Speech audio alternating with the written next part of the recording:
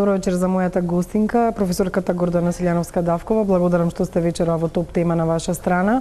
Неколку случувања ме потикна за ова интервју. Сепак, иако не сте кривичар, морам да кажам дека веста на денот е 2 години затвор за екс-премиерот, пресудата за екс-премиерот Никола Груевски. Пред само неколку дена имаше ослободителна пресуда пак за актуелниот премиер Зоран Заев. Иако ги гледаме наназад работите, практично тројца премиери или екс-премиери застанале пред судот, ако го земеме во предвид и судењето на Владо Бучковски како екс-премиер, кој доби прво 3,5, па 2,5 години затвор, и последната информација што ја најдов беше дека тој е ослободен, односно укината е пресудата од Врховниот суд. Повторно ќе напоменам, не ви е нели кривичното право во сферата, меѓутоа колку овие судења, ако гледаме и како завршуваат, зависат од тоа кој е на власт, кој е во опозиција, зависат од политичките и од амбиент и политичките договори, и повторно на тапета е на тој начин судството, колку тие судски пресуди се реални и вистински, ако земеме во предвид дека и самиот Заев додека одговараше сега, не се иззема од функцијата, значи остана на функцијата и беше во судница. Да. Обично не се осудувам да коментирам работи кои не ми се специјалност, меѓутоа која е тенденцијата сиве овие години? Гледаме дека не само кога се во прашање премиери, туку и други политичари кога биле, обично казните стигнувале не кога се на власт, туку кога се во опозиција. Во земјите на Западна Европа малку поинаква е ситуацијата, бидејќи и кога се на власт политичарите, тогаш се повлекуваат времено од функцијата, за да може да му остават на судот на вистина да биде независен. Во македонскиот случај, она што создава дилеми е фактот што ние слушавме на некој начин и од сегашниот премиер, но и од бившиот премиер, каков ќе биде исходот од постапките. Веројатно, обајцата исто по на традиција на несанкционирање, дека ако сте во опозиција, тогаш може да ве стигне правото и правдата, ако не, тогаш нема да биде така. Не знам што да речам. Факт е дека не само во Република Македонија, туку и во регионот се соочивме со вакви случаи. Да, тоа зборува за профилот на политичарите, за криза на лидерството, за луѓе кои наместо во потрага по европска визија, значи се лукративни, се однесуваат утилитарно, или ако сакате по начелото Carpe Diem.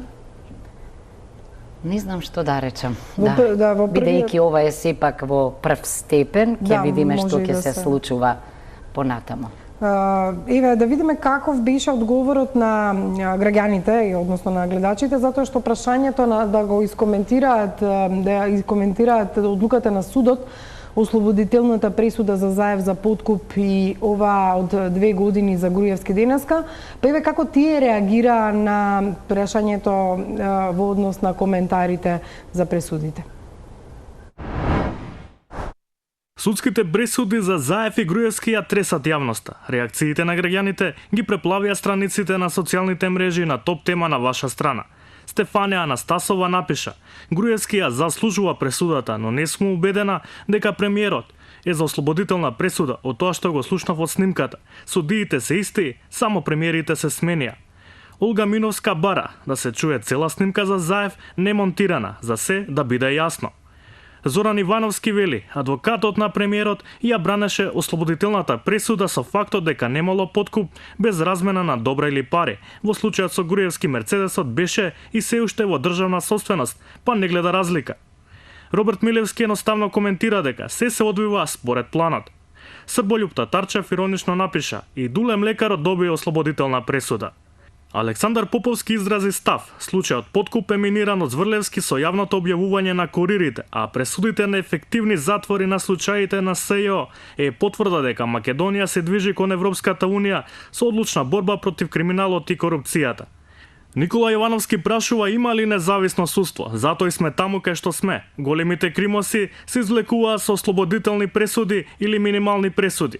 Златко Панев вели, се додека не се оформи посебно деление за гонење криминал и тоа до осамостувањето до денес и гонење на незаконски стекнати имоти пари, тешко дека ќе се поврати довербата во судството.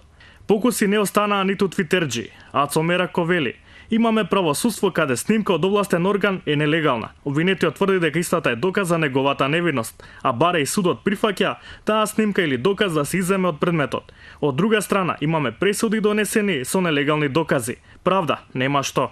Тинг Тантер напиша, правдата е спора, ама достижна.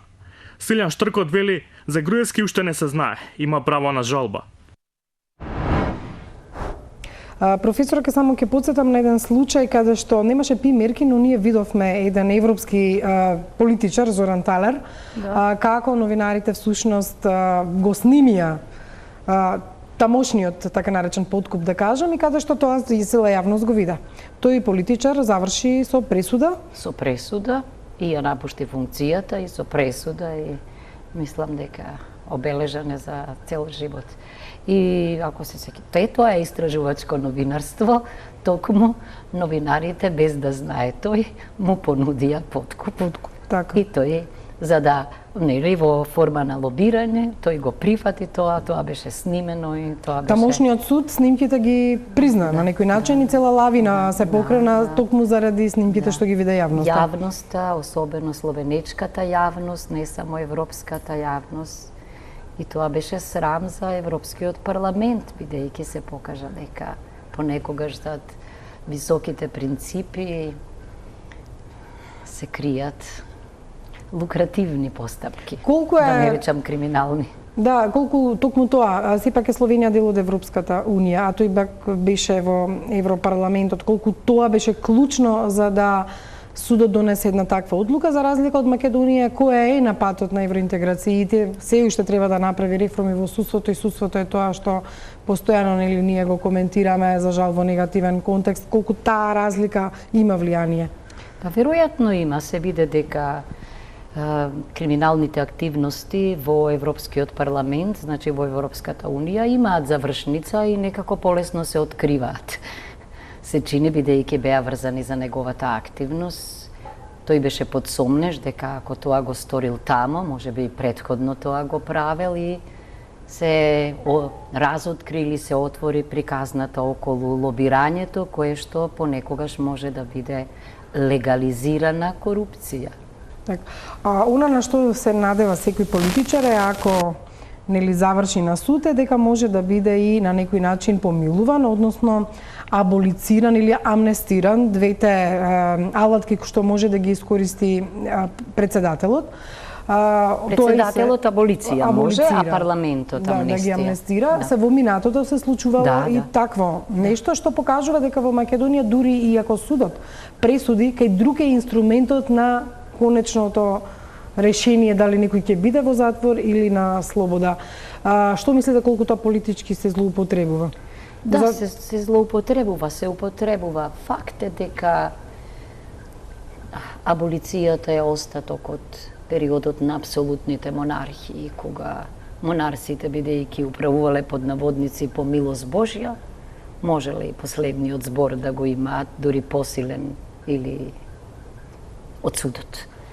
Амнестијата исто така и се употребувала и се злоупотребувала според она што се случуваше во Македонија, па и последната амнестија, ако се сеќавате, бидејќи евидентно беше дека некако како да се зголеми криминалот по тоа масовно отпуштање, а да не зборувам за последната аболиција на председателот Иванов, јавноста се сензибилизираше и сите се прашувавме што со поделбата на власта и зошто судската функција на некаков начин се негира или ако сакате се субституира од парасудски институции, во случајов некогаш парламентот некогаш председателот.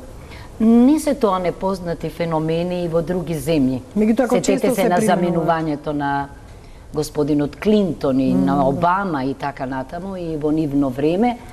Затоа јас мислам дека особено во земји кои што се склони кон корупција и криминал заради отсуството на демократија и владење на правото, можеби е добро да размислиме до максимум да се редуцираат овие можности или пак да ги укинеме дури, бидејќи Не сме подготвени. времето на апсолутната монархија е помината, а нас не ви треба некој современ Јован без земја.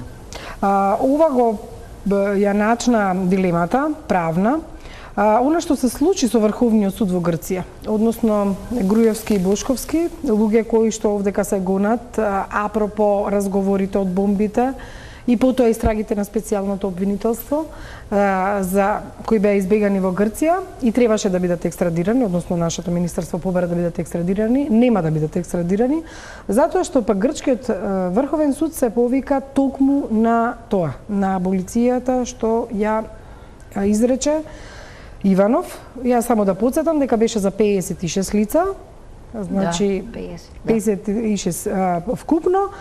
Да подсетам дека тој донес одлука за делумно повлекување на аболицијата потоа, за да одново се премисли и потоа одлучи во целост да ги повлече контраверзните помилувања на лицата кои беа опфатени со скандалот на прислушкувањето, а претходно донесе нели општ акт за прекнување на сето тоа. Она што ја наметна дилемата е Врховниот суд се повика на Европската конвенција за човекови права, да. а адвокатите на одбраната на Бошковски и Груевски дури навеле и примери каде што луѓе кои биле аболицирани во нивните држави Словачка и другите, не можеле да бидат подоцна осудувани од други судови. Практично Врховниот суд на Грција направи нешто што овде не се направи. Тука течат постапките. Да, иако ако се сеќавате и овде одбраната или адвокатите на обвинетите укажуваа на аболицијата како надлежност на председателот на државата. Инаку бројката е многу висока, навистина помнам сите тогаш бевме шокирани. Она што веројатно во Грција, од што во Грција се раководеле е тоа дека кога, ако е аболицијата право и ако е употребено, тогаш што значи повлекувањето? Прашањето е дали може би повлекувањето не е направено не од правни причини или заради притисок и нели е тоа исто така пореметување на рамнотежата на властите или нарушување на овластувањето и така натаму. Иначе во интерес на вистината, иако не сум кривичари, Грција имала сериозни проблеми со политичари и со злоупотреба на политичката функција. Ова кон Македонија може од една страна да биде навистина инспирирано од Европската конвенција и Грција сака да покаже дека еве, значи не само што е членка на Советот на Европа, членка е на Европската Унија и Европската Унија ја има подпишано Европската конвенција и како членка на Советот на Европа, нели Грција се придржува до Европската конвенција, лекција да ни одржи по право, тоа е едното, значи, а другото може да биде дека навистина владењето на правото е важно, а може и да манифестира кон нас лекција по право. Еве, нашиот Врховен суд се држи до Европската конвенција и до европското право, тоа не важи и за вашиот. Од моја гледна точка малце и позаплетка на случајот, затоа што се работи за двајца луѓе кои работеле во тајните служби, кои што кријат многу тајни, па прашањето е сега и што се грчките служби можат да дознаат од нив. Сега ова го зборувам како мотив, еве да кажеме, меѓутоа тоа може да биде. Од друга страна ја наметна дилемата. Ако тука се водат постапки за тие лица кои што беа опфатени со прислушкувањето и беа во скандалите, и еве почна и пресуди да се изрекуваат. Доколку некој побегне 1, 2, 5 мина, 10, по автоматизам тие никогаш нема да бидат екстрадирани. Оваа пресуда на Врховниот суд тоа и го повлекува? За жал, така е, и тоа не е во ред, тоа не е случај само со Грција, ние имаме сличен случај, ако не и потежок со Косово. Логично би било да дојде до екстрадиција, па овде да може судот, значи, да го реши прашањето така како според имајќи го во предвид и ова предупредување на што го споменавте, но не се случи тоа. Не знам како ќе заврши. Таму председателот може, чинам да интервенира, да речеме, и во пресудата на Врховниот суд. Може, може, значи, но мислам дека случајот што го споменав со Косово и екстрадицијата и овој случај отвара големи дилеми. Бидејќи ние, не знам дали имаме со Грција меѓусебна спогодба за помош во вакви правни работи, но очигледно е дека и во оваа пресуда може да има и политика. Зошто? Во смисла на тоа дека не ги екстрадираме, бидејќи не веруваме во фер и демократско судење, зошто сте пропуштиле да сторите нешто што би морало да се стори во смисла на гледање на случајот низ призмата на постапувањето на судот во Страсбур, односно во смисла на Европската конвенција за човекови права. Ако гледаме исто така правно, правото кое што функционирало, како што реков, така е лекција во Грција, го оспорува она право што функционира во Македонија. Да. Практично се сеќавате многу пати Грција, кога ние укажуваме на предолгиот пат на Македонија кон НАТО и ЕУ, и сме го истакнувале проблемот со името, велела дека многу често не е прашањето само во името, туку прашањето е во неисполнувањето на критериумите. Ако клучниот критериум е владење на право, тоа е еден од темелите на Европската Унија, веројатно ситуацијата сега е такава што е ова еден атут на Грција што го употребува во однос на Македонија, иако велам јас, ако ги следите постапките во земјите членки на Европската Унија и не само во нив, и во други низ призма на аболицијата, можете да најдете основ за таквото оправдување. Меѓутоа, аболиција за толку лица и аболиција која, значи, кон која прво се посегнало, па потоа, значи, дошло до повлекување, навистина е проблематична. Секогаш се мери со односот меѓу индивидуалниот и јавниот интерес,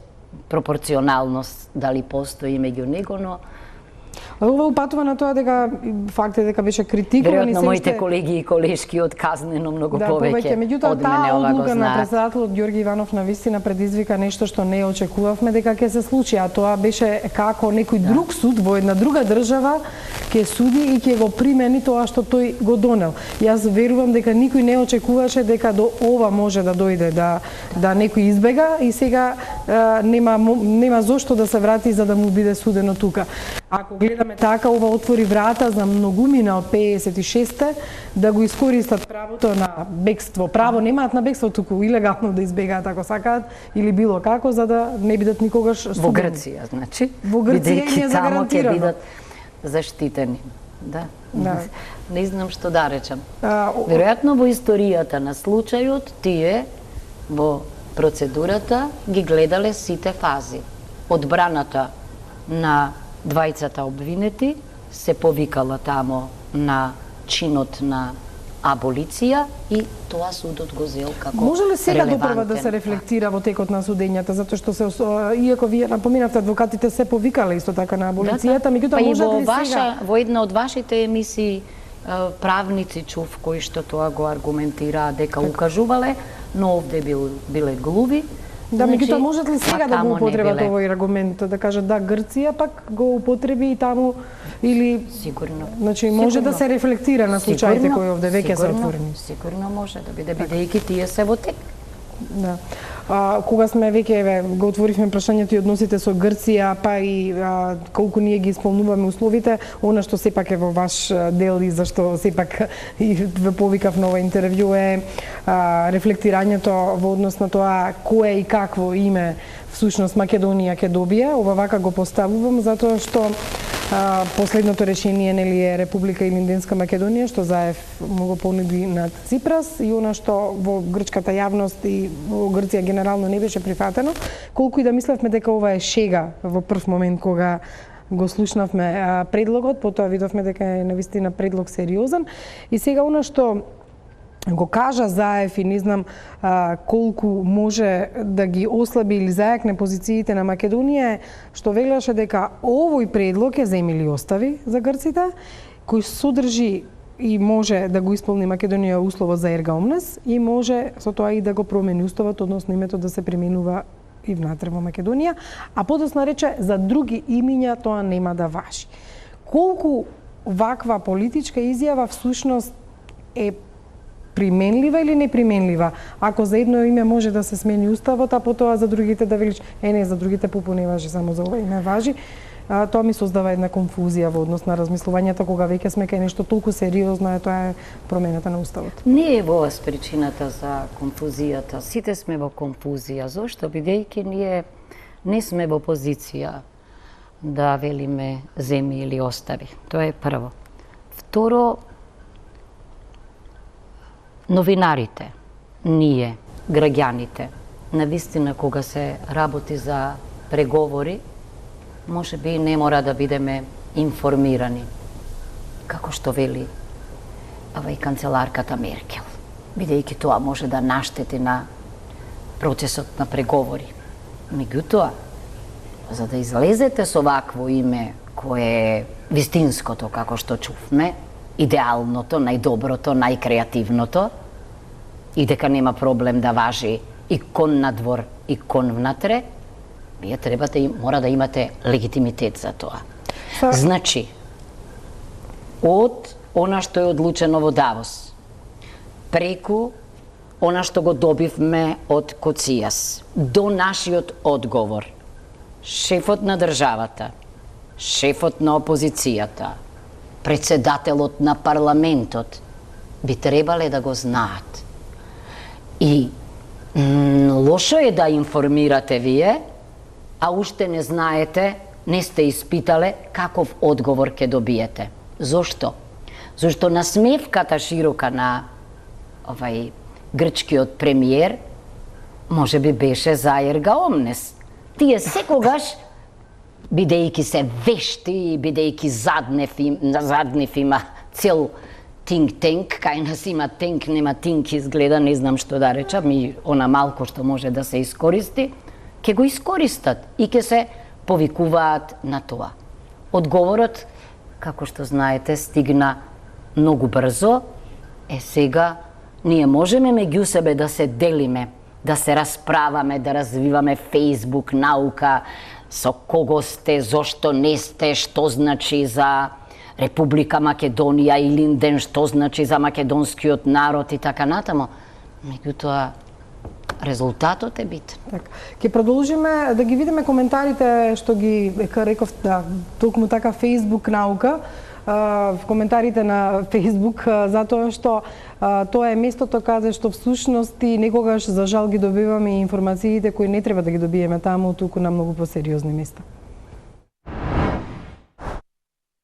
Предлогот Република Илинденска Македонија и натаму привлекува голем број реакции на социјалните мрежи. Граѓаните на профилите на топ тема на ваша страна со поделени мислења. Суат Алиу коментира: "Сум за овој предлог и за решение на спорот, бидејќи сметам дека решението ќе им оневозможи на политичарите во иднина да имаат алиби за економските неуспеси." Дуле Груевски смета дека само со јасно самоопределување и изјаснување на граѓаните може да се промени името. Горан Волкановски пак топката ја префрла кај соседот. Грција, ако навистина е за компромис, ќе го прифати ова решение. Ако не го прифати, тогаш целиот свет ќе види дека сушност Грција и не сака решение на проблемот. Дарко Петанчевски е против предлогот. Република Македонија ерга омнес. Доста се пазарите со името на својата држава за да задоволите некој на кој не му е гајле дали воопшто постоите како народ. Тодоровска киче Статијана вели, неочекувано, но најдобро решение. Зока Спасов бара референдум, ама не наместен ако може, народот да одлучи. Никола Коцалев додава, некои прашања не заслужуваат одговор. Не мирува ниту Твитер мрежата каде беа упатени десетина коментари за предлогот Република или Линденска Македонија. Александар вели дека е против ерга омнес. Кога веќе виткаме кичма, оставете ми го барем достоинството дома, да не менувам пасош, институции и така натаму. Барем дома да сум македонец, а надвор нека биде она што ќе договорат, па еве и Линденска Македонија. И Зенко смета дека предлогот е неприфатлив за албанците. Овој збор е и религиозен празник, тоа ќе создаде нови делби. Не е точно дека овој бил историски момент на обединување на двете етнички групи, така што јас сум против Илинденска.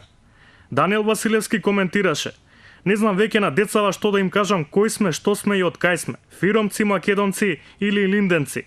Несватливо е комшијата да ти го бира името и редува уставот кога како ќе му текне. Цене тврди дека предлогот е добар и издржан, не задира во идентитетот и решава повеќе проблеми одеднаш и може да помине на референдум. Јасна Котевска иронично прашува: ако ерга омнес, по промената ќе предавам на катедра за илинденско, македонска и јужнословенска книжевност. Се пред Илинден ќе биде пред илинденско, македонска книжевност?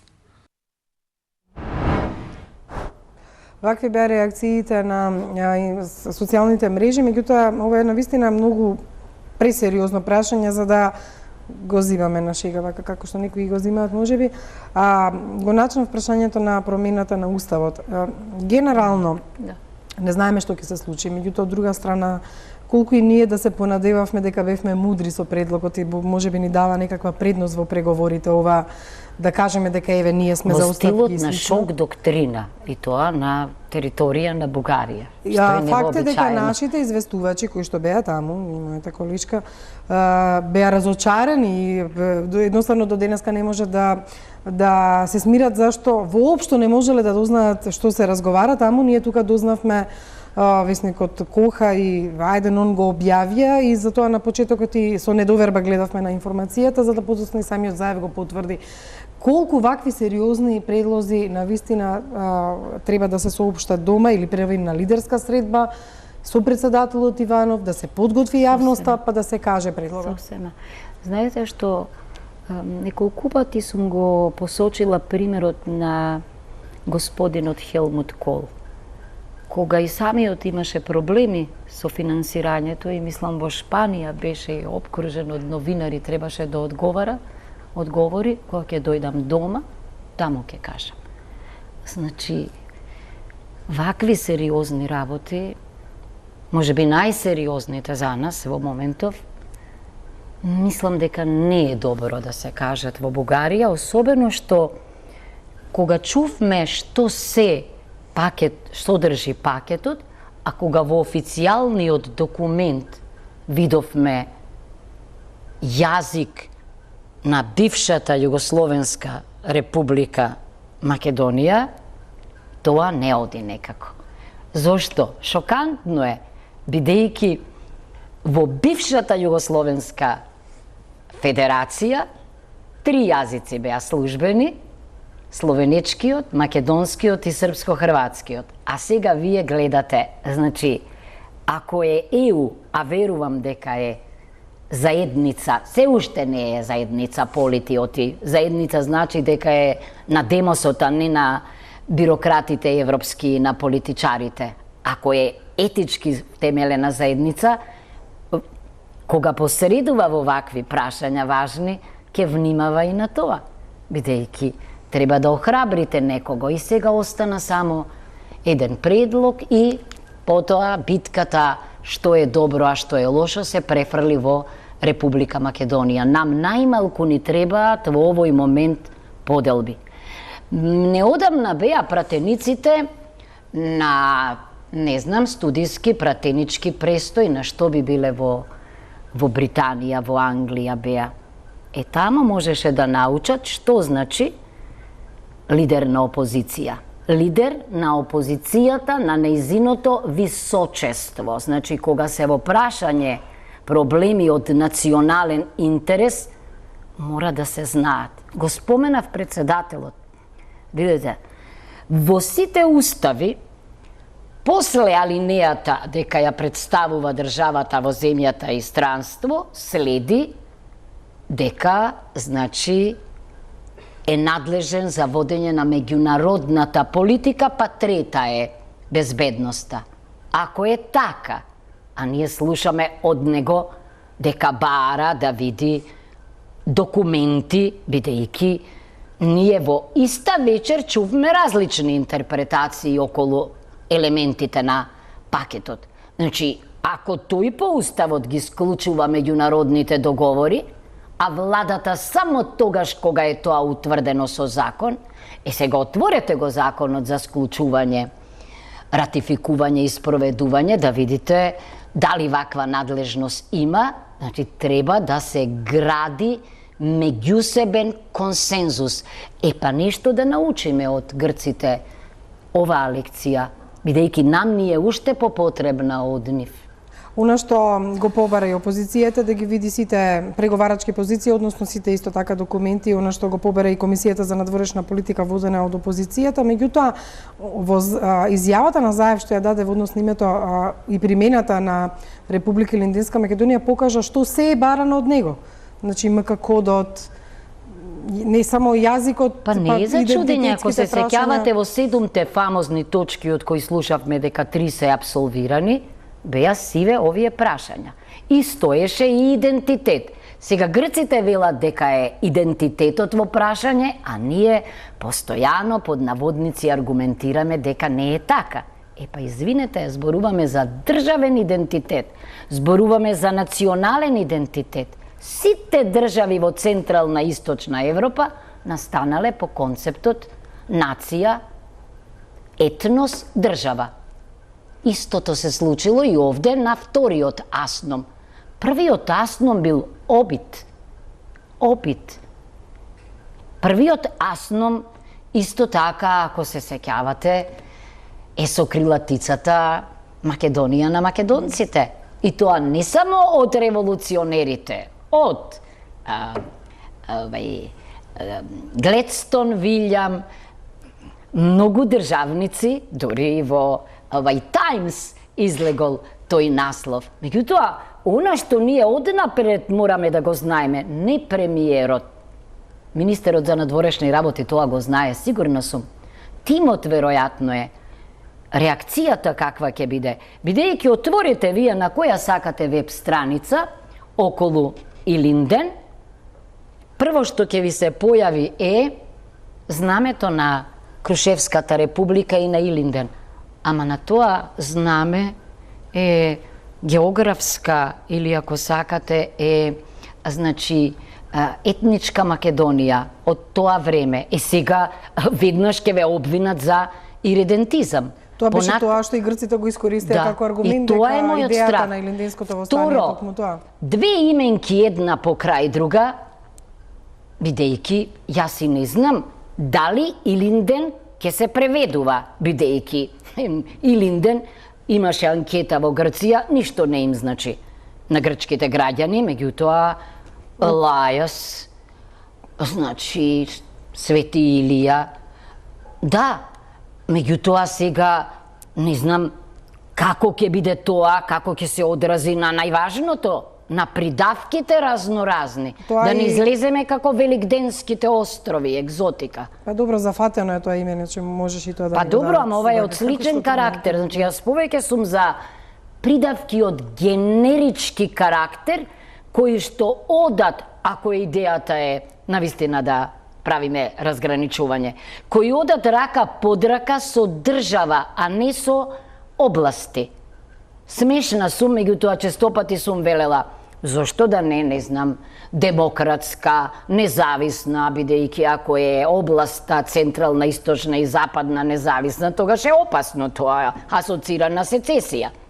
Па дури бидејќи за нас се е описно, се е дескриптивно, како бивша Југословенска република Македонија, па дури и нека направат Република Македонија, нека биде на англиски да се преведува со Republic of Macedonија, па бидејќи грците сте виделе многу сакаат Македонија да пишуваат на грчката, значи на демотики, не го напишеме и ние, ама нека биде едното за надвор, така, еве за да има разграничување. Меѓутоа, за внатре, видете, неколку пати се ме го чуле и премиерот, и сите, и јас му верувам на мојот професорот Шкарич, кога рече ако се интервенира со името внатре во Уставот секаде, дека многу малку ќе остане од Уставот. Ама нема да остане ништо од меѓународното право, кое што содржи норма за забрана на мешање во внатрешните работи на другите држави. Второ, видите, Грција во привремената спогодба, уште во првиот член,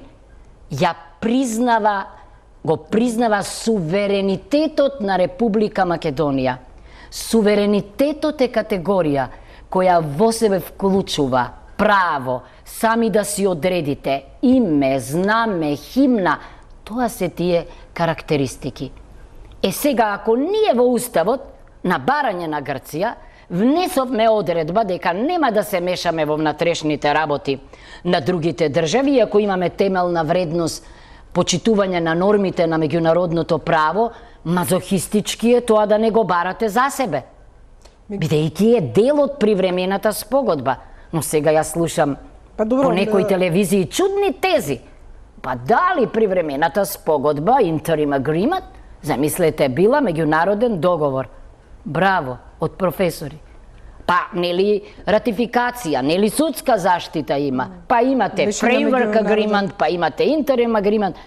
Неверојатно, значи, ние се однесуваме. Ова што го кажавте со Уставот, дали според вас, значи, недозволиво е да се примени, ако за ова име ќе менуваме Устав, а за друго име не менуваме Устав, или се менува Устав, или не се менува Устав. Сосема сте во право. Не можеме да тргуваме веројатно со Уставот, во кој случај може да се менува Устав, а во кој случај не. Дури и ако успееме ние, не успеавме со разговорите, сега со преговорите, еве да најдеме име кое што ќе биде достоинствено. Иако не знам, достоинството е категорија која се мери со различни критериуми, нашата толеранција како да нема веќе праг, затоа не знам како ќе заврши. Меѓутоа, дури еве и да се договориме за некое име и да треба во Уставот, во делот за меѓународните односи, да ставите амандман дека во меѓународната комуникација, да речеме, еве, да инсистира Грција на тоа, ќе се употребува тоа и тоа име. Тоа е максимумот. Иначе објаснете ми, мислам. Неверојатно нешто. Уставот е највнатрешниот, највисокиот акт. Тука се изразува суверенитетот. Затоа и уставите се потврдуваат на референдуми во многу земји, одат на уставотворни собранија. Па тогаш од кого извира суверенитетот во Република Македонија? Од граѓаните на Република Македонија. Она на што се надева исто Грција е и она што си разменивме со тие билатерални спогодби кои што ќе имаат важност на некој меѓународен договор доколку се потпишат, и она што Кодзијас така вешто го кажа дека не би сакал Заев да оди во затвор, или пак од друга страна не би сакал пак кога ќе дојде некој друг политичар да не го почитува тоа што го потпишал Заев и слично.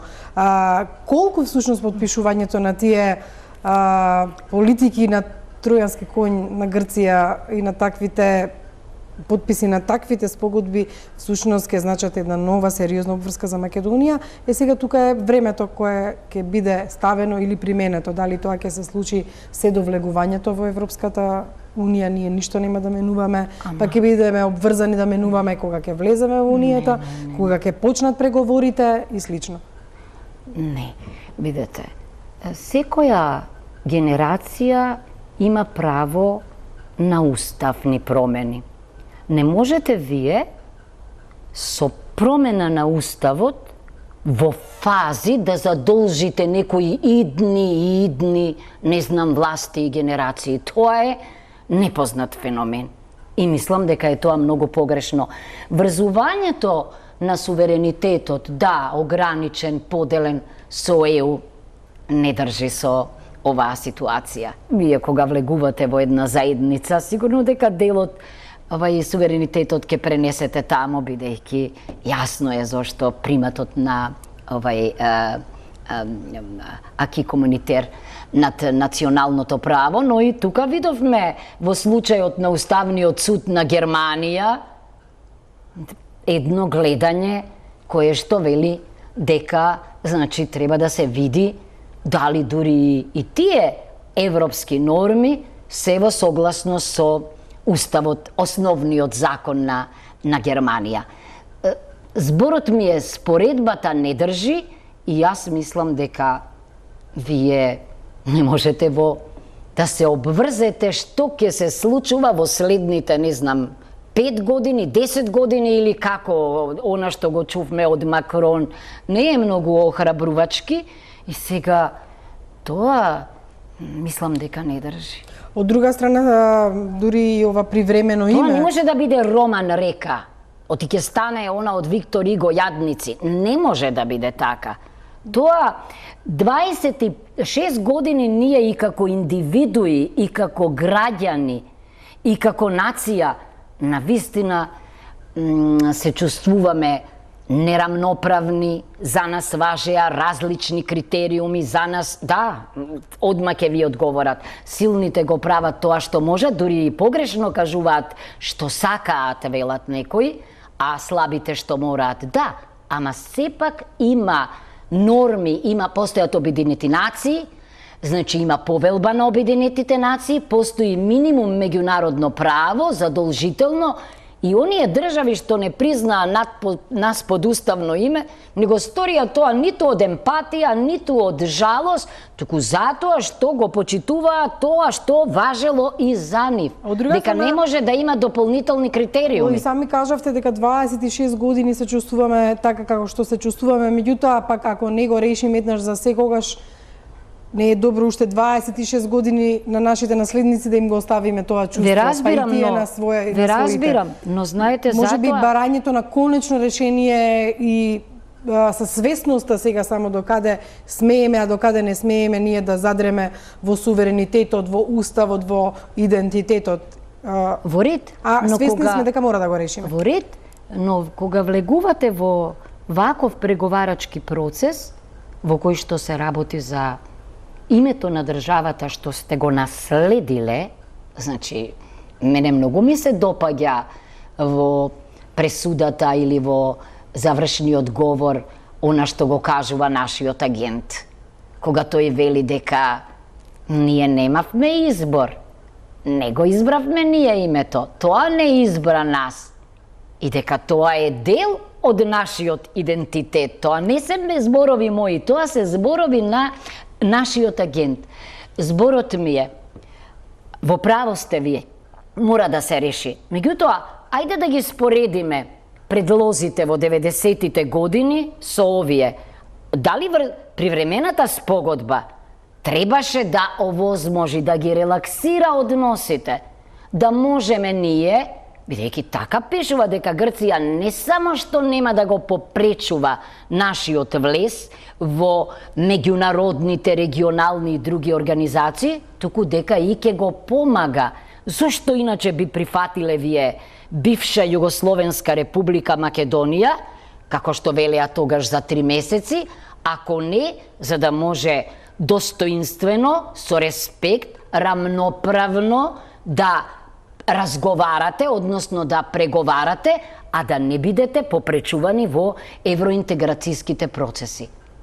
Меѓутоа во преговорите имаше две страни и сведоци сме дека во предходните години тапкаше процесот во место. Точно е. Постоја потези од македонска страна кои не влеваа надеж дека Точно е. има отвореност за преговори, од друга страна па слушнавме и од бомбите дека имало и предлози Точно кои што е. биле предлагани низ годините, меѓутоа никогаш не биле Точно е. стигнати до овој степен. Сега се отвори работата на некој начин, има повеќе контакти, тоа е за поздравување. Неспорни се И повеќе контактите, преговори, меѓутоа не значи неспорен е тоа решение. диалогот, меѓутоа јас не гледам доверба со вакви уцени. Од типот ако во привремената спогодба пишува односи на доверба, а вие секој ден слушате Република Скопје, тоа што е? Тоа е веќе говор кој што привремената спогодба вели дека треба да се избегнува. Освен тоа, секаде малите држави се повикуваат на правото. Ние имаме пресуда на Меѓународен суд на правдата, во која се вели дека првата страна го прекршила членот 11 од привремената спогодба. Првата страна потпис ставила и се согласила судот да биде арбитар. И сега замислете, ние, ја ќе разберам НАТО кога вели, па политички е процесот. Меѓутоа, кога Грција влегла во процесот, прифатила, значи, арбитража на суд, па логично е дека таа пресуда треба да ја почитува. Оти тамо не пишува, освен за ЕУ и НАТО, пишува за сите регионални и други организации. А Македонија се однесува bona fide. Се однесува, што велат, in a good faith во пресудата. Зошто? Бидејќи и кога ја прекрши Грција привремената спогодба, Македонија продолжи да преговара и што велите, еве тие преговори се интензивираа. И ние сега очекуваме на толку средби, на поголема блискост, да има взаемен респект за да се дојде до решение. Меѓутоа, грците, следејќи го Кодзијас, веднаш по објавувањето на Република Илинденска Македонија, не прифаќањето на предлогот генерално од грчката опозиција во однос на ова име, Кодзијас е во Америка, Да. Брисел, Да. секаде онаму каде што може да лобира на некој начин. Факт е дека Меркел се вмеша во состојбите и до сега бевме во оставена една позиција да немавме на толку високо ниво медиатори. Сега веќе можам да кажам дека и Меркел е медиаторот кој што разговара и со едната и со другата страна. но Меркел треба ли да кажа и не нешто храбри таа вмешаност или Па видете, веројатно дека сметаат моментот, како што рековте вие, дека е погоден за да се дојде до решение, но големите сили, па и представниците на меѓународната заедница се прагматични. Значи, понекогаш се однесуваат или секогаш еврократски, евромандарински, тие не ги знаат или немаат емпатија очигледно за нашите проблеми. И она што е шокантно е што во 19-тиот век вие ќе најдете стотици интелектуалци како пишуваат писма до влади за, значи, решавање на македонското прашање. Денеска јас тоа не го гледам. Во право сте, меѓутоа, видете, знаеме ние дека е силно грчкото лоби, знаеме што значи Грција со својата геостратешка положба, што значи бидејќи гркофилството, хеленофилството е се уште присутно, а знаеме дека каде сме ние. Меѓутоа, нема да се реши трајно проблемот на ваков начин ако ви оставите некого не само со скршена кичма, туку и со, да речам, изгазено достоинство. Тоа ќе создаде конфликти и проблеми, и на тоа укажуваа и филозофи и професори по уставно право. Не е тоа решение. Значи, минимум почитување на она што го кажа и судот, што го кажа и Бадинтеровата комисија, факт е дека барањата наместо да се редуцираат, се зголемуваат. Ние сменивме 2 пати устав. И вака како што имате ли лично вие, сега ве прашувам како граѓанин, така, надеж и дека грците ќе покажат доблесност кон нас за да може да се реши спорот, или само е ова една фаза каде што ние жедни преку вода ќе не пренесат на некој начин народски кажано, со оглед и на историјата на грчката политика во однос на нерешавање на спорови со Турција, за Кипар. Да. Отворено прашање со Албанија, со Турција повторно се заострија односите и слично. Па видите, толеранцијата на ЕУ кон Грција мислам дека е толку висока што Грција навистина понекогаш мисли дека или и го прави тоа што сака. Јас искрено се надевав дека една влада на левичари, зошто можеби наивно, од она писмо на интелектуалците кои главно беа левичари во елефтеротипија уште на почетокот на преговорите, кога велат дека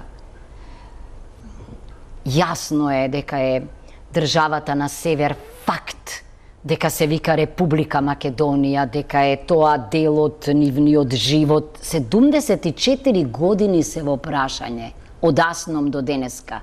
Значи, не е тоа Елена Тројанска на Коцијас, како што викаше, туку е старица од 74 години. Ниту е нова, тоа е нешто, значи, што е факт толку години. Дека ќе помогне, и јас се надевав да се реши проблемот. Зашто во спротивно, кога го слушам она дека треба да се раздвои синтагмата која во континуитет постои Република Македонија, па вие нешто да ставите напред, нешто да ставите назад, би разбрала заради разграничување. Ама ако викате вика what's ever between, значи тогаш придавката е во прашање, а придавката е идентитетско обележје. Врзана е тоа и за јазикот, и за nationality. Значи, тоа е нешто што им е клучно. Тогаш прашањето е, значи, дали навистина е името проблем или пак е нешто друго. Дали не е проблем постоењето на македонското малцинство во Грција, можноста утре да се бара проширување на јазичните права во Грција, понатаму се разбира дека признанието дека минатото е заедничко, значи не е ексклузивно право, како што не е антиката само грчка, хеленска, така и Македонија не може да биде грчка. Па дури во моментов има во Бугарија, има во Албанија, значи замислете ние ако според принципите на УНЕСКО заеднички се грижиме за ова наследство. Името на Македонија не е античка Македонија. Туку е Република Македонија. Значи тоа е обликот на државното управување. Тоа е веќе диференција специфика во однос на Македонија, географија, историја, етнографија и така натаму. И македонците етничките македонци во Грција се лојални граѓани на грчката држава, европјани, значи и никогаш не бараат помош. Меѓутоа, ние не можеме да се откажеме од нешто што е дел од нас, па дури и на внатрешен план. Иако во уставот тоа го кажавме јасно дека немаме никакви претензии. Мазохизам е тоа. Пауза за реклами и за нешто што падна во сенка заради тоа што се некако во исто време случи, а тоа е процесот Жан Моне што требаше да се одвива во Охрид и кој што остана без некои конкретни резултати, затоа што токму тие денови во Софија се разговараше за решавање на проблемот со името. Останете со нас.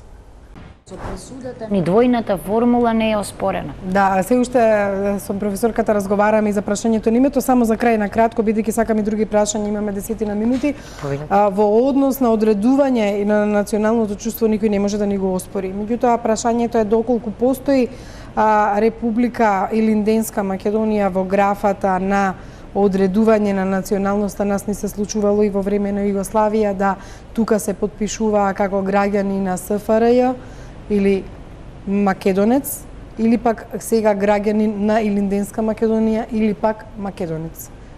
Албанец, влав, србин. Да, но ние откако се осамостоивме, како што знаете, во графата во Обединети нации се стоеше Македонијан. Дури во федерации како Белгија, како Швајцарија, стои швајцарци, стои белгијанци и така натамо. Тоа е во смисла на демос. Ова граѓани, јас не знам што би значело. Тогаш граѓанинот има улога во демократијата и граѓани значи индивидуа, значи која што значи има слободи и права за да може да биде субјект во процесот на демократското одлучување.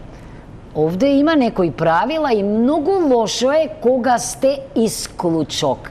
Најдобро е да бидете како што се останатите, ако сакате да бидете пристојна држава. Она што немаше одглас во Охрид беше процесот Жан Моне, кој што толку беше најавуван, за да потоа се претвори во една лидерска средба, каде што всушност Заев требаше да ги информира за она што разговарал во Софија, а потоа уследи она официјална лидерска средба другиот ден. Процесот на Жан Моне остана само на хартија според мене и се уште тој не тргна никаде. Ако треба да сублимираме информација и вест од она што се случи таму, дури не може да се најде што всушност се договори. Видете, собранието на Република Македонија е во Скопје, не е во Охрид. Едно време ние имавме нешто слично во Маврово. Пратениците одеа, дислоцирани во Маврово, на мир разговара и така натамо. Прашањето на деловникот и на кодексот се решава во Скопје. Мислам дека тоа беше, како да речам, наслов со повод.